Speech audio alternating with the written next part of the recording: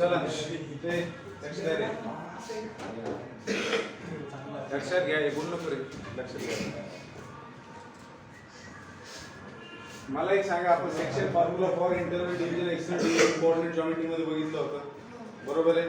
आता वेक्टर्स मध्ये घेऊन आलेले काय म्हणताय, A bar B bar R bar are position vectors of the points A B R respectively and r divides the line segment AB internally in the ratio ms/n, then through this.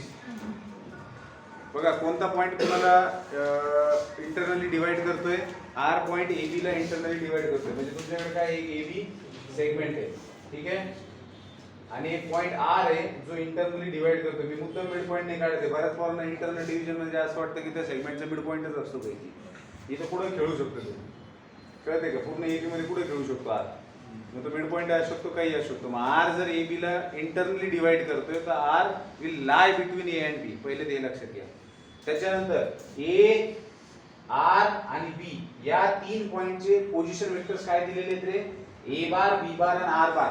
कुठल्याही पॉइंटचा position vector म्हणजे काय असतो, position vector म्हणजे काय असतो, origin पासूनचं अंतर असतं away from origin, direction away from origin. O तुम्ही कुठेही घ्या, तुमची मर्जी, बरोबर आहे. हे तुमचं ओरिजिन आहे ओ. ओरिजिन म्हणजे काय, जिथं दोन ऍक्सिस मीट होतात. आता हे प्लेन मध्ये कार्यक्रम चालू आहे, बरोबर आहे. मग ए बार म्हणजे काय रे, ओ पासून अवे, पोझिशन वेक्टर म्हणजे काय, ओ पासून डायरेक्शन अवे आणि त्याची मॅग्निट्यूड. हे काय झालं तुमचं ए बार. ओ आर म्हणजे काय, आर बार. तर आर या पॉइंटचा पोझिशन वेक्टर म्हणजे आर बार आणि बी या पॉइंटचा पोझिशन वेक्टर म्हणजे त्यांनी बी बार म्हटलेले, त्यांनी जे नाव दिले ते देऊया आपण, ठीक आहे. मग तुम्ही थोडंसं सजावट करणार, हे प्रश्न विचारतात बरं का बोर्डात इझी मार्क्स, आणि याच्यामध्ये जर हा नतीजा भेटला क्वेश्चन सॉल्व करताना आपल्याला वापरायचा. तर here A bar B bar and R bar are position vectors of points A B and R respectively. आता हे दिलेलेच आहे, याच्यात केले छान पण नाही केला आपण, हो हे दिलेले, ठीक आहे. हा आता पुढे काय म्हणतोय, r divides line segment AB internally in the ratio. r या AB ला डिवाइड करतोय, तर जाऊ दे वेक्टर डेव्हलप. साधं सरळ मला काय दिसतंय, r AB ला डिवाइड करतोय म्हणजे माझा जो रेशो काय आहे, AR by RB is nothing but what, ms/n. मग मी इथं काय लिहिणार, r divides line segment from AB internally in the ratio जर गप्प आहे in the ratio ms/n. therefore काय बाबा इतकं कसं आहे का माणूस चुकीचं बोलू शकतो, मुद्दाम करते मात्र आपल्याला काय माहिती हो षडयंत्र.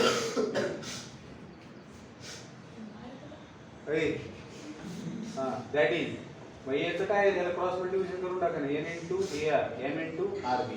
AR काय रे, m तसं नाही, AR म्हणजे लेंथ आहे ना, it is just a number, बरोबर आहे. नरवडे लक्ष दे बरं का, AR फक्त नंबर आहे, RB पण नंबर आहे, मॅग्निट्यूड आहे ना, लेंथ आहे, बरोबर आहे. n आणि m काय आहे, नंबर्स आहेत. दोन नंबर आपापसात मल्टिप्लाय झाले, नंबर झाला, म्हणजे ही पण मॅग्निट्यूड ही पण मॅग्निट्यूड आहे. आता मला सांगा, जर मी या दोघांची डायरेक्शन सेम घेतोय, AR आणि RB ची, बरोबर आहे, डायरेक्शन सेम आणि इथे इक्वलचं साइन असल्यामुळे हे पण इक्वल दिसते, याचा अर्थ काय म्हणू शकतात तुम्ही, दॅट इज काय म्हणू शकतात, n into AR bar is equal to m into RB bar म्हणू शकतात ना, बरोबर आहे.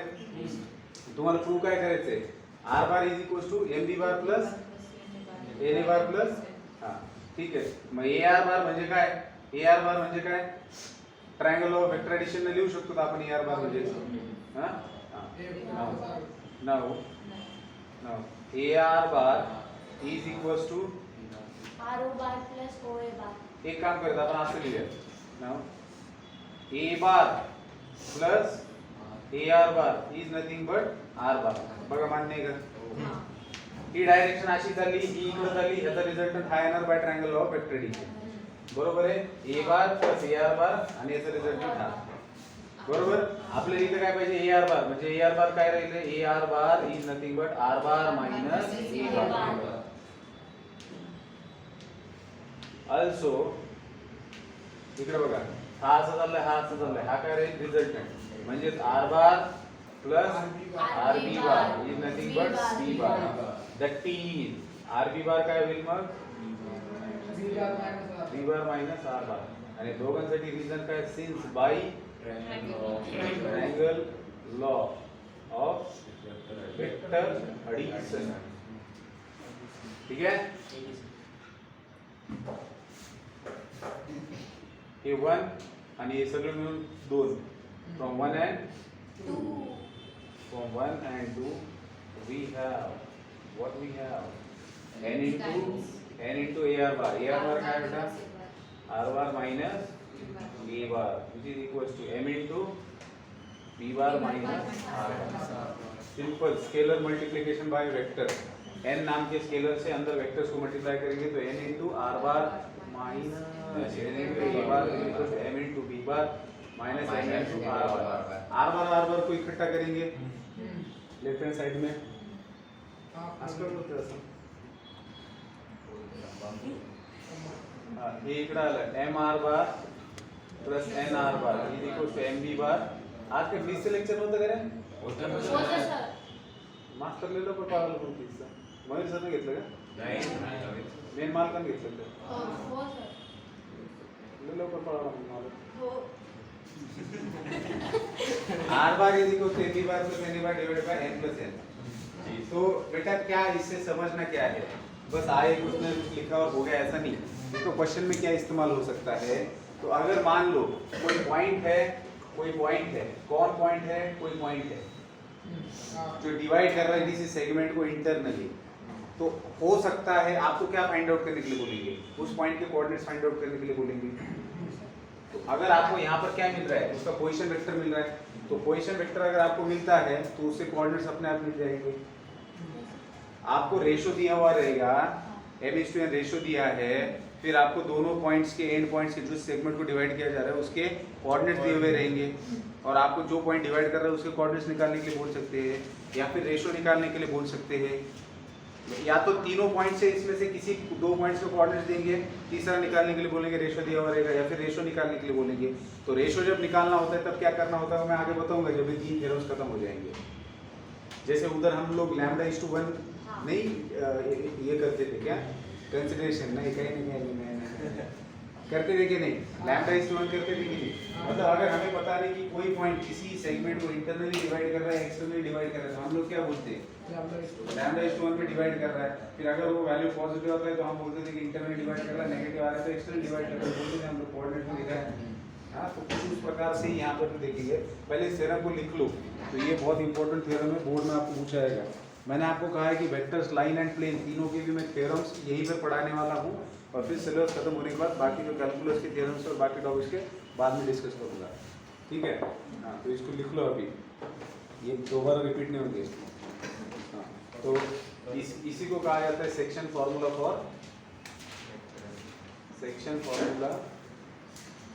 फॉर इंटरनल डिवीजन ठीक है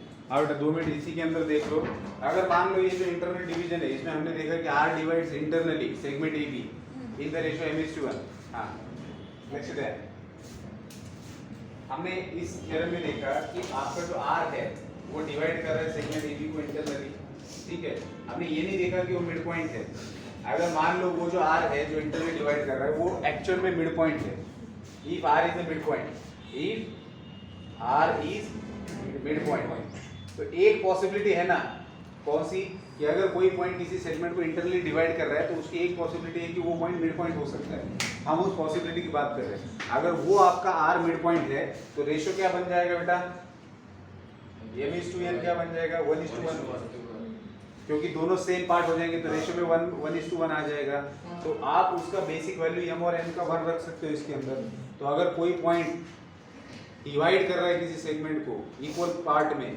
मिड पॉइंट है तो उस समय उस पॉइंट का पोजीशन वेक्टर क्या आएगा r बार r पॉइंट डिवाइड कर रहा है ना तो m का वैल्यू 1 इसका वैल्यू 1 तो a bar plus b bar 2 divided by 2 और इसको कहा गया है मिड पॉइंट फार्मूला ठीक है, लिख लो इसको। अभी हम सेंट्रोइड फॉर्मूला देखेंगे।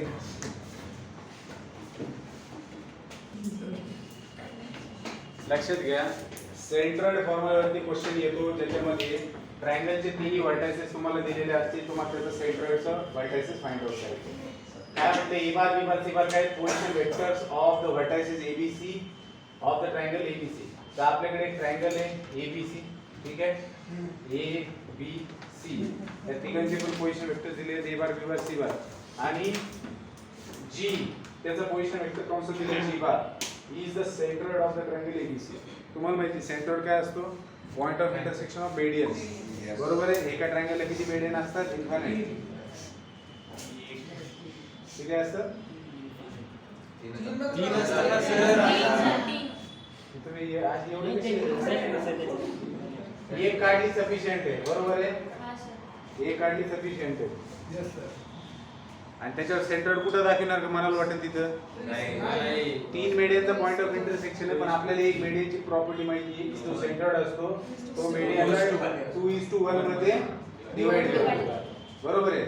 व्हर्टायसेस कडचा जो पार्ट असतो तो 2 असतो, इकडचा 1 असतो, त्या हिशोबाने जी पॉइंट द्यायचा, तिन्ही काढायची गरज नाही, कळतंय का?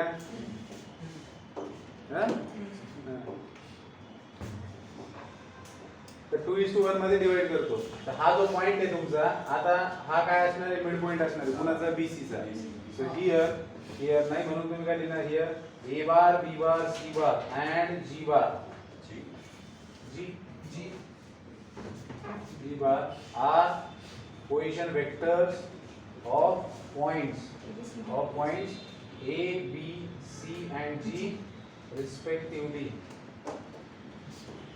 ठीक आहे। मग आता मला सांगा, we know that centroid G divides median AD internally in the ratio 2:1. Therefore, by section formula for internal division, we have what we have, G bar is equal to, पहिला असं कर, असं हे बघा, AD आहे आणि हे काय G 2:1, तर section formula कसा लागला जाईल इथं, G bar is equal to M, हे M आहे, हे N आहे, हे A बार आहे, हे D बार आहे। आता पाहिलं होतं सेक्शन फॉर्म्युला, तर M D बार म्हणजे 2D bar plus 1 into A bar, म्हणजे A bar divided by 2 plus 1, कळलं का? हाँ, G bar is equal to काय झालं रे, 2D bar plus A bar divided by 3, this is equation 1। Good. D is a midpoint of BC।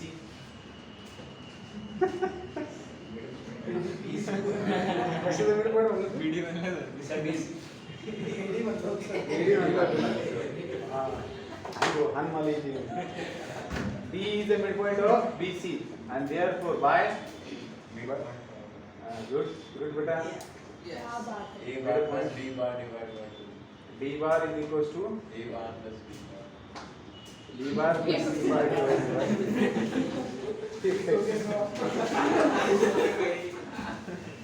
जाए तसं बाहेर त्याच्यातून।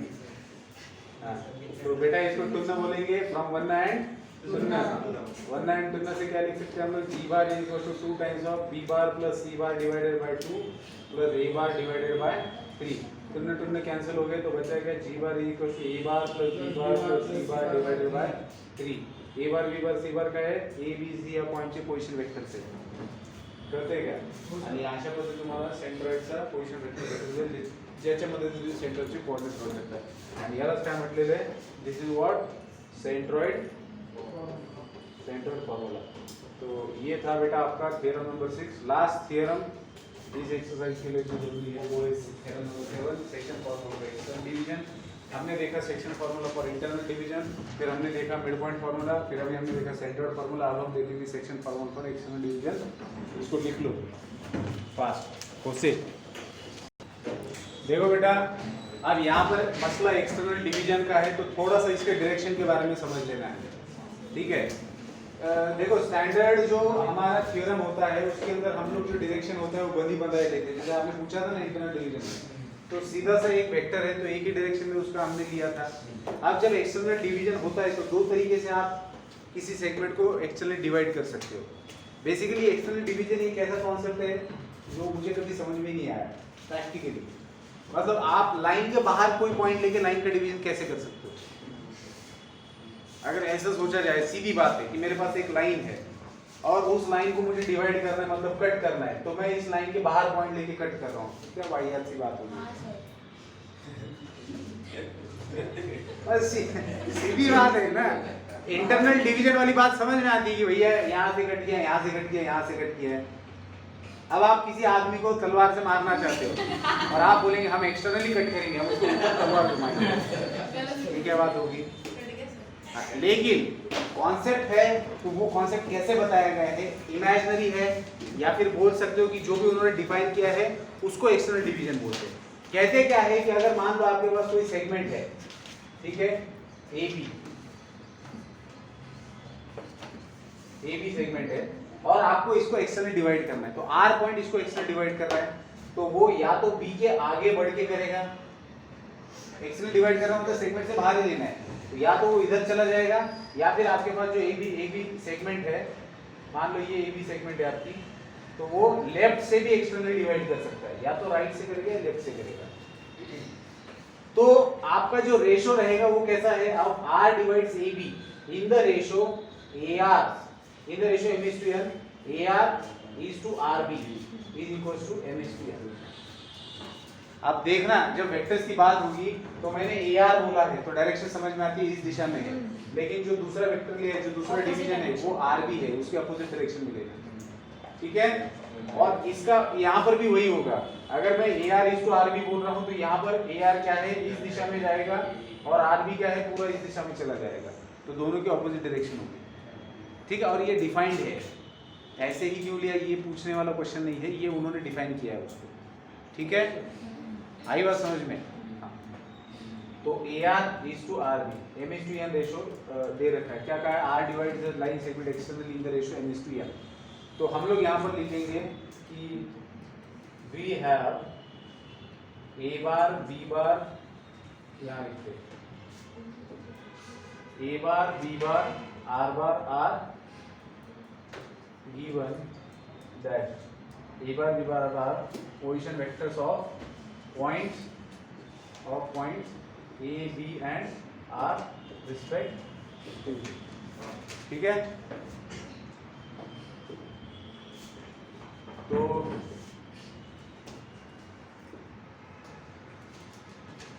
ये क्या हो गया बेटा? A बार, ये क्या हो गया? B बार, और ये क्या हो गया? R बार। अगेन ये क्या हो गया? R बार, ये क्या हो गया? A बार, और ये क्या हो गया? B बार। तो these are the position vectors। हम उसका डायरेक्शन पता away from origin। अब बात करेंगे हम लोग, now here R divides segment AB externally in the ratio m:n, and therefore we have AR by RB is equals to m by n। समझे? नहीं? R divides, this is given बेटा, R divides line segment AB externally in the ratio m:n, given है। तो मैंने ratio कैसे लिया? अब क्योंकि एक्सटर्नली डिवाइड कर रहा है तो ये पूरा एक होता है और जहां से डिवाइड कर रहे हो दूसरा टुकड़ा होता है। आपने एक्सटर्नल डिवीजन कोऑर्डिनेट में भी देखा होगा कि आपके पास अगर कोई सेगमेंट है और उसको एक्सटर्नली कोई पॉइंट अगर मान लो डिवाइड कर रहा है तो डिवीजन कैसे होता है? AC बाय BC होता है, जो आपका सेगमेंट ओरिजिनल इतना है तो डिवाइड जो बाहर का टुकड़ा है दैट टुकड़ा डिवाइडेड बाय टोटल सेगमेंट, ये डिवीजन होता है। कळतंय का?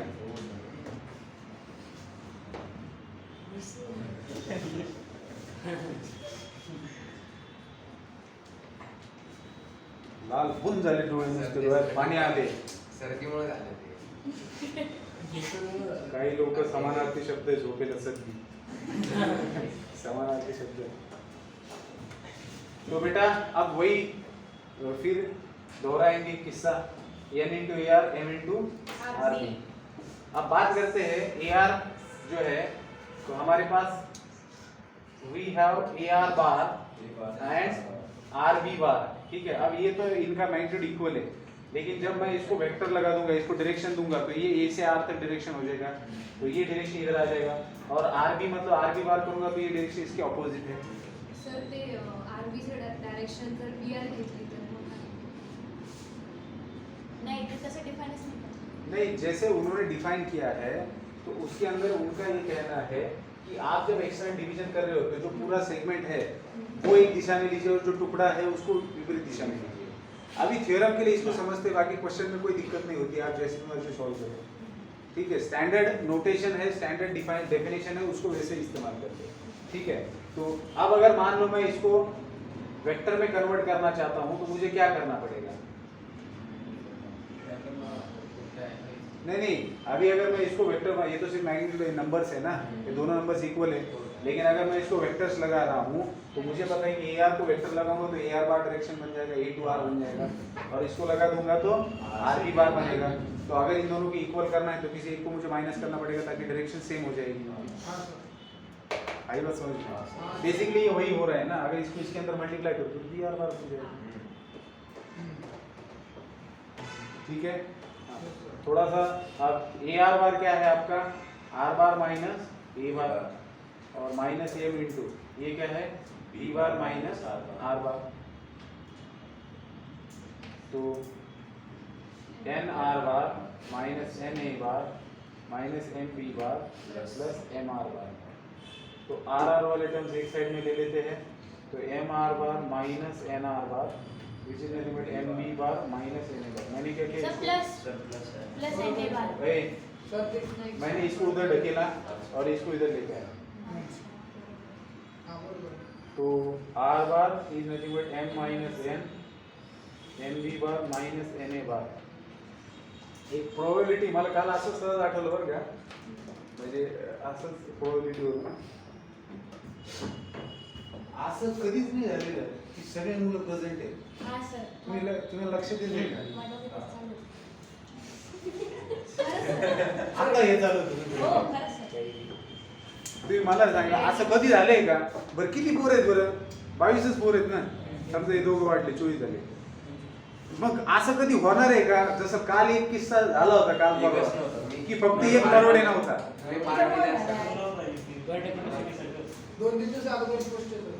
है ना? मग ते मला ते कसं त्याच्यावर कसं कळलं, म्हणजे बाबा आपण जर समजा इक्वल अटेम्प्ट्स दिले, समजा 2 वेळेस कॉइन टॉस केला, असं कधीच नाही होणार एकदा हेड येईल एकदा टेल येईल, म्हणजे येऊ बी शकतं तसं नाही। मग ती वाली गोष्ट झाली किंवा सगळे मुलं एका दिवशी प्रेझेंट झाले। म्हणजे आमचे एक मित्र आहेत, त्यांनी काय केलं, त्यांच्या क्लासची क्षमता समजा 50 पोरांची, तर पालकांच्या आग्रह असतो त्यांनी 5 एक पोरं जास्त केली। म्हणलं मग सर हे बसवणार कसे? ते म्हणले सर आजपर्यंत असं कधीच नाही झालं, सगळे पोरं प्रेझेंट झाले। म्हणजे समजा एका दिवशी आलेच बाबा काही काम नसतं, ठीक आहे म्हणजे एका दिवशी ऍडजस्ट करू शकतो नाही आपण, वा म्हणले असं आठवलं म्हणून सांगितलं।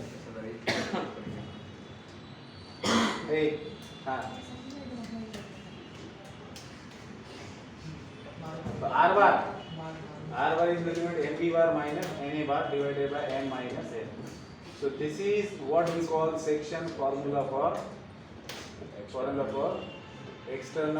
division. उद्या शनिवार आहे का रे?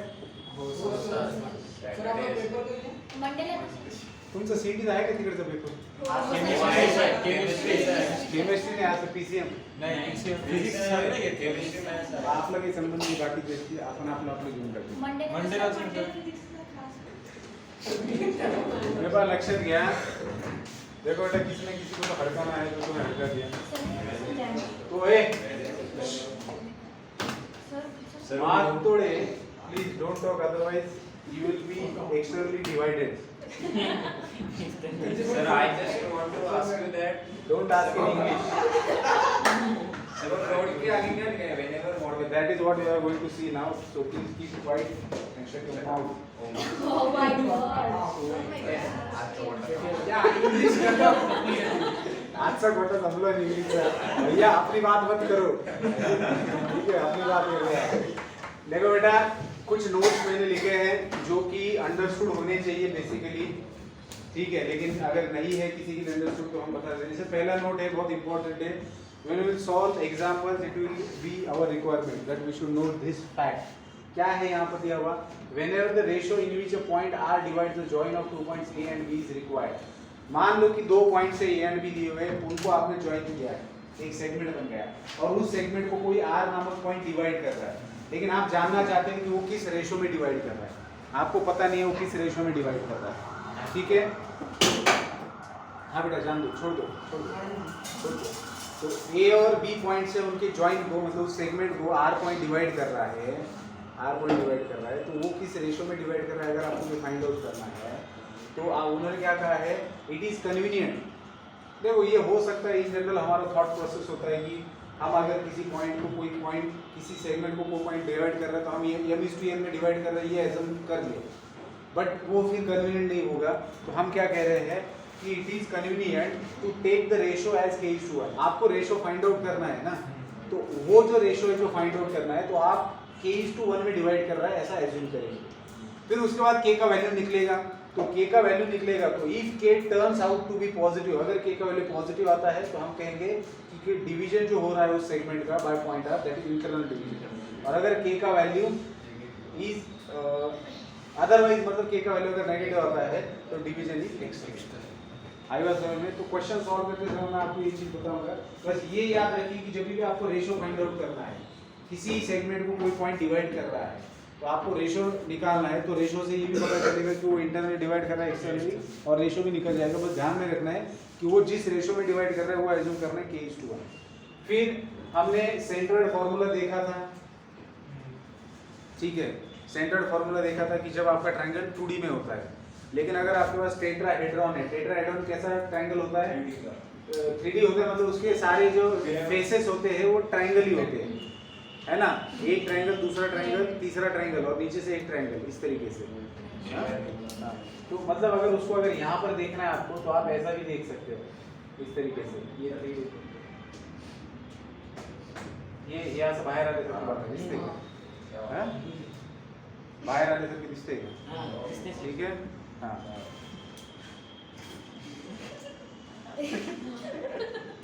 वाह क्या एक्टिंग कर रहा है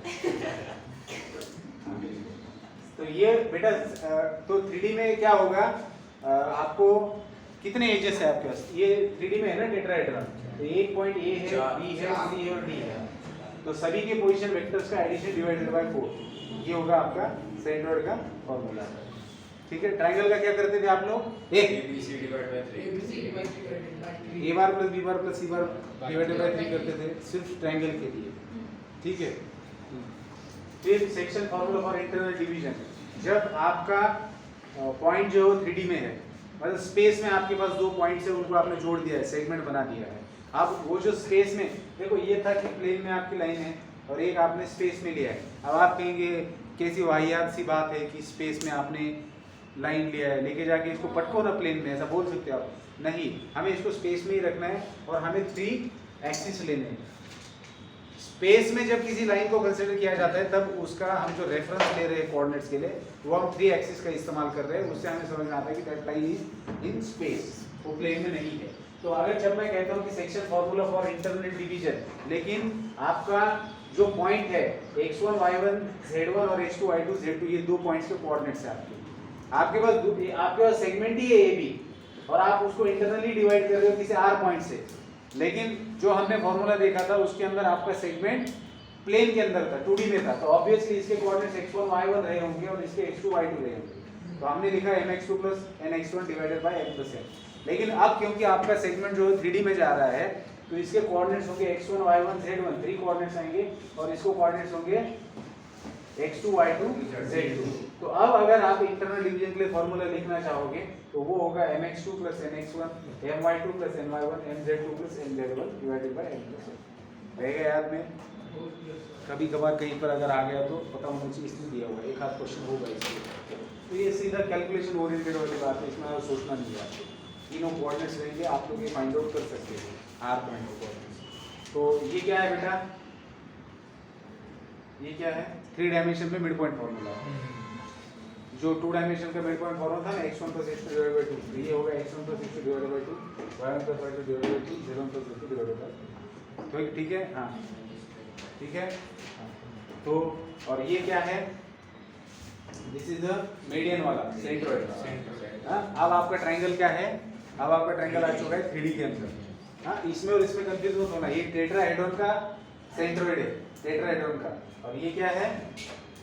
3D में ट्रायंगल का सेंट्रोइड है। आ रही बात समझ में? तो ट्रायंगल ही है बट 3D में है, तो उसके तीनों कोऑर्डिनेट्स के तीनों पॉइंट्स के कोऑर्डिनेट्स x1 y1 z1 होगी, तीन कोऑर्डिनेट्स आएंगे। तो उस हिसाब से उस ट्रायंगल का अगर मैं सेंट्रोइड निकालने जा रहा हूँ तो देखो ये तो क्लियर समझ में आ जाता है। अगर आपको सेंट्रोइड के कोऑर्डिनेट्स निकालना है और आपको ए और बी के अगर 2 ही कोऑर्डिनेट्स है तो समझ जाएंगे आप कि ये तो 2D की बात हो रही है। तो सेंट्रोइड का फार्मूला क्या होगा? x1 + x2 / 2, y1 + y2 / 2, z1 + y1 + y2 / 2, sorry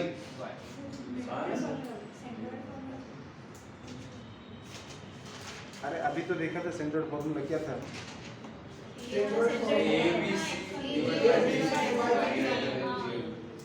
तो यही था ना? नहीं, वहाँ पर हमने क्या किया था? क्वेश्चन वेक्टर्स का a bar + b bar + c bar divided bye. Sir ये हमने वेक्टर भी तो देखा। ना एक सेकंड।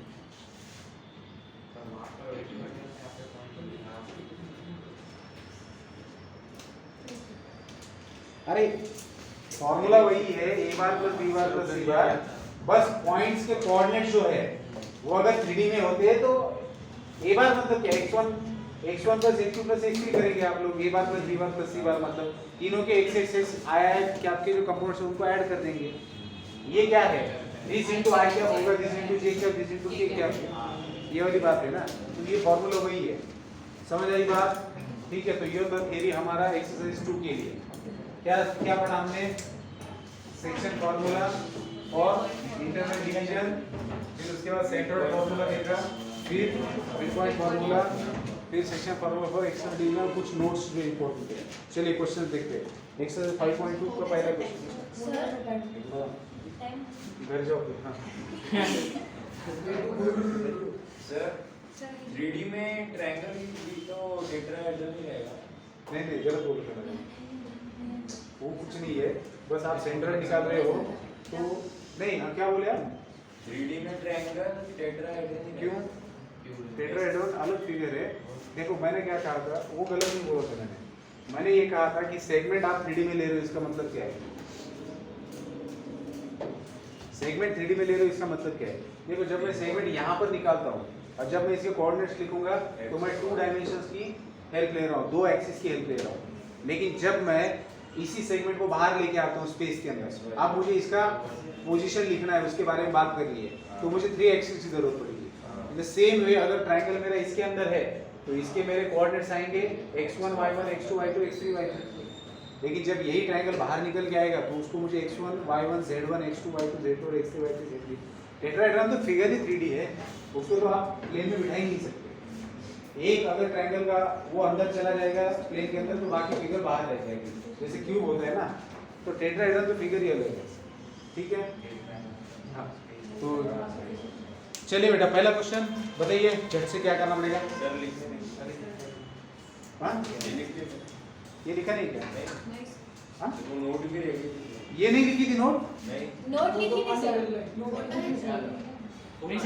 सर ये सही था आपका टाइम हो चुका।